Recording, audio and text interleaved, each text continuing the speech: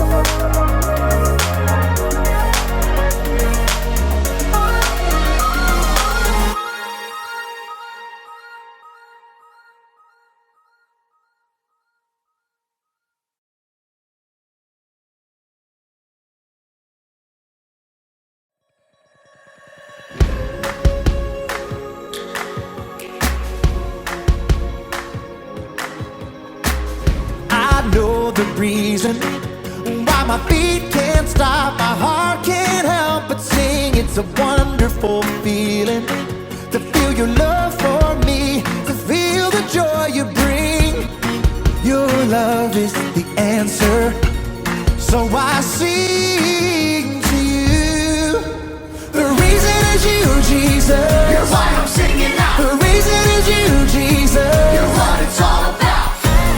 At the cross you set me free, and I'm thankful that you love me. Whoa, oh, oh, oh, I'm thankful that you love me. Whoa, oh, oh, oh, oh, oh.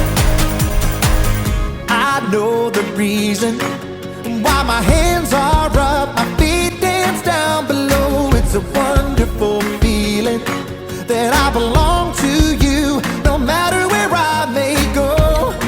Your love is the answer, so I sing to you.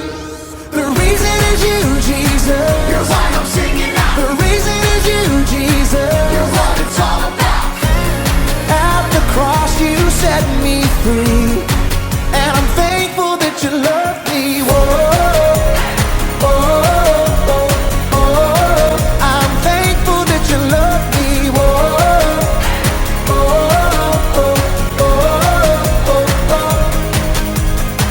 All right, let's get it. Come on. 1, 2, 3, sing. I can't stop this feeling. Jesus, you're the reason. I never wanna shake this feeling. Jesus, you're the reason. Come on.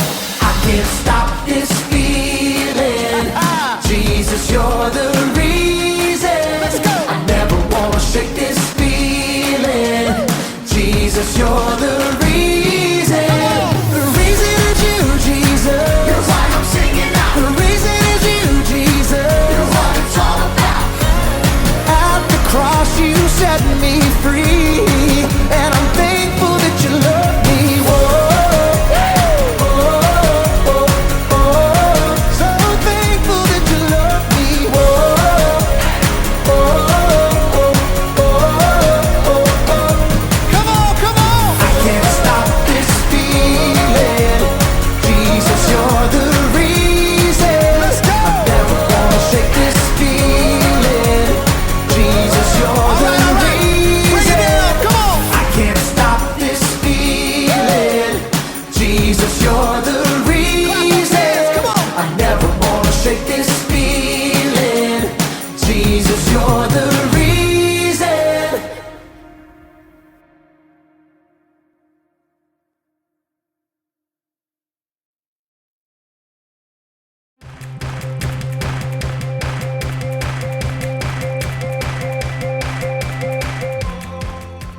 Hey everybody! My name's Erica, and I'm here to talk to you about contentment. Contentment is learning to be okay with what you have. And I mean, whatever you have. Let's take bicycles, for instance. You can be content if you have the best bicycle in the world. Like this one. This is top of the line. You could climb a mountain with this bike, and if you get tired of pedaling, it's got a motor that kicks in that helps you keep moving. Or maybe you have a bike like this. You can be content with an old used bike that's been around the block a few times. It may not shine like a brand new bike, but it gets the job done. But here's something that will really surprise you. That's right. You can be content with having no bike at all. It's true! Not everyone in the world has a bike, and lots of those people are quite content without one. In fact, you can be content even if all you have is a box of bike parts. I mean, there's so many uses for a box of bike parts, right? I'm big and you're small. Hey, big guy, are you gearing up for a fight?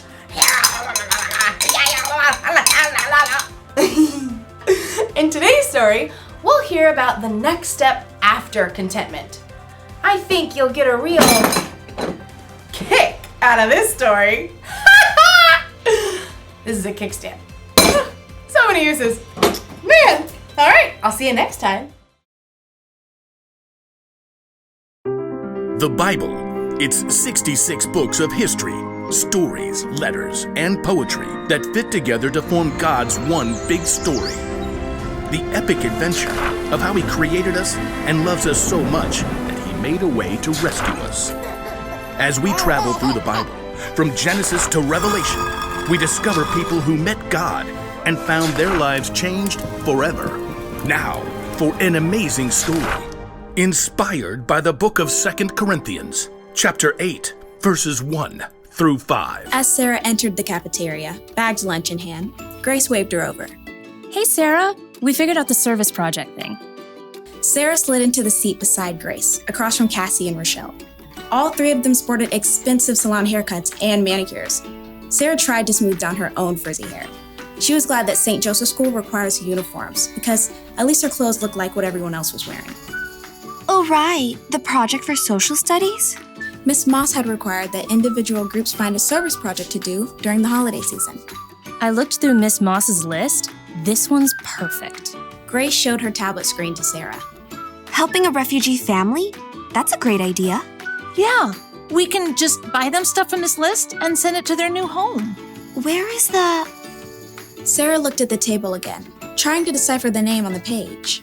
Where is the KMB family living?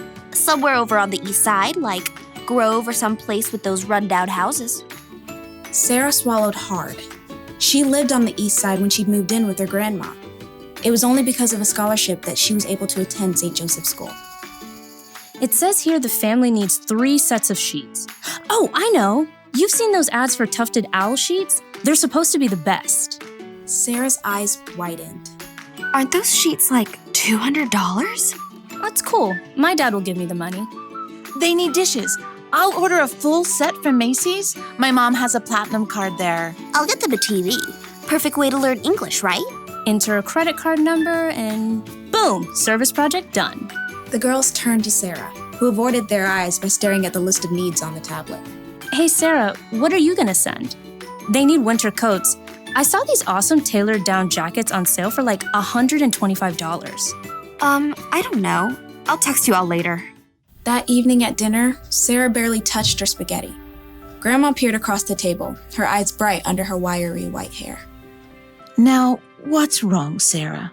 Oh, it's this service project I have to do for school. We're supposed to help this refugee family that's moving into a house over on the Grove.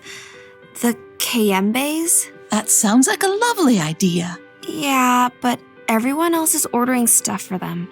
Expensive sheets and TVs and things. The only money I have right now is for bus fare. What am I gonna give? You don't have to have a lot to give a lot. You didn't answer my question. Grandma smiled and reached for the worn Bible that always sat on the kitchen table. No, but St. Paul will. Sarah knew that once Grandma got a scripture passage stuck in her mind, there was no stopping her from reading it. Okay, fine. I'm listening. Let's see. It's right here in 2 Corinthians. Paul was writing to a group of churches. We want you to know about the grace that God has given to the churches in Macedonia. They have suffered a great deal, but in their suffering, their joy was more than full. Even though they were very poor, they gave very freely. In fact, they gave even more than they could. Completely on their own, they begged us for the chance to share in serving the Lord's people in that way. But that's still talking about money. The churches gave money. Listen with your heart. They gave from what they had, and they did it with joy. Well, what I have is not money. But you've got other things. Okay, I'm good at baking. I know how to use the bus and get around. I have time, I guess. Grandma beamed and her face crinkled. All good things. Reluctantly, Sarah smiled back. Okay, I'll make a list. Next morning, Sarah's friends crowded around her locker. Hey, have you decided what you're gonna buy? Well, I thought maybe the Kayembe family needs more than just stuff. Like how? Maybe they need help. You know, like finding the library, figuring out the bus system. Yeah, I don't know anything about that. But I do. And I Googled and found a number for their caseworker. And she said we could help the Kayembes decorate their new home for Christmas. Oh, that's a really cool idea. I found this awesome video that shows how to make Christmas ornaments from salt dough that you shape and bake and paint. You all could come to my place and help. Sure, that'd be great. I mean, it's a tiny apartment kitchen and all. You tell us what to do, we'll do it. Sarah breathed a sigh of relief. Maybe she couldn't send $200 sheets, but she could use her time and creativity, and even her grandma's tiny kitchen, to help welcome a new family to her neighborhood.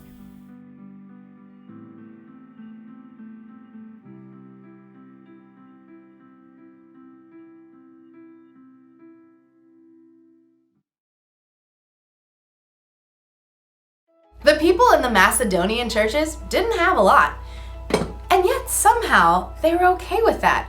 They were content. And it was that contentment that made them want to share their time, talents, and resources with others. You see, when you learn how to be content, it makes you really see all the good things you have. You learn to be thankful for what you've been given, and the more thankful you are, the more likely you'll want to share what you have with someone else. Like, maybe I could share these bicycle parts. You know, I'll bet there's a bike somewhere that's falling over somewhere because they need a kickstand. I could give this to that bike. Or someone might need, to replace their chain because theirs is old and rusted or broken. Let's see. These might even help someone hold onto their handlebars a little bit tighter. I could give all these parts away and help a lot of people. You know, we all have something we can give. Maybe you don't have a lot, but you've got something. You may have money or stuff, or you may have strength to help your family around the house with chores. You may have talent to make people happy, or you can have time to spend with people who don't want to be alone. Honestly, you'll truly start to see what you have to give when you learn how to be content. The Apostle Paul wrote that he learned to be content through the power of Christ, who gave him strength. When you put your trust in Jesus, he can give you that strength too. The one thing to remember today is this: you can always use what you have to help someone else. So think about all you have to give and be thankful. Don't forget what I've spoke in. Get it? This is a spoke. See you around, because it's a wheel. Bye!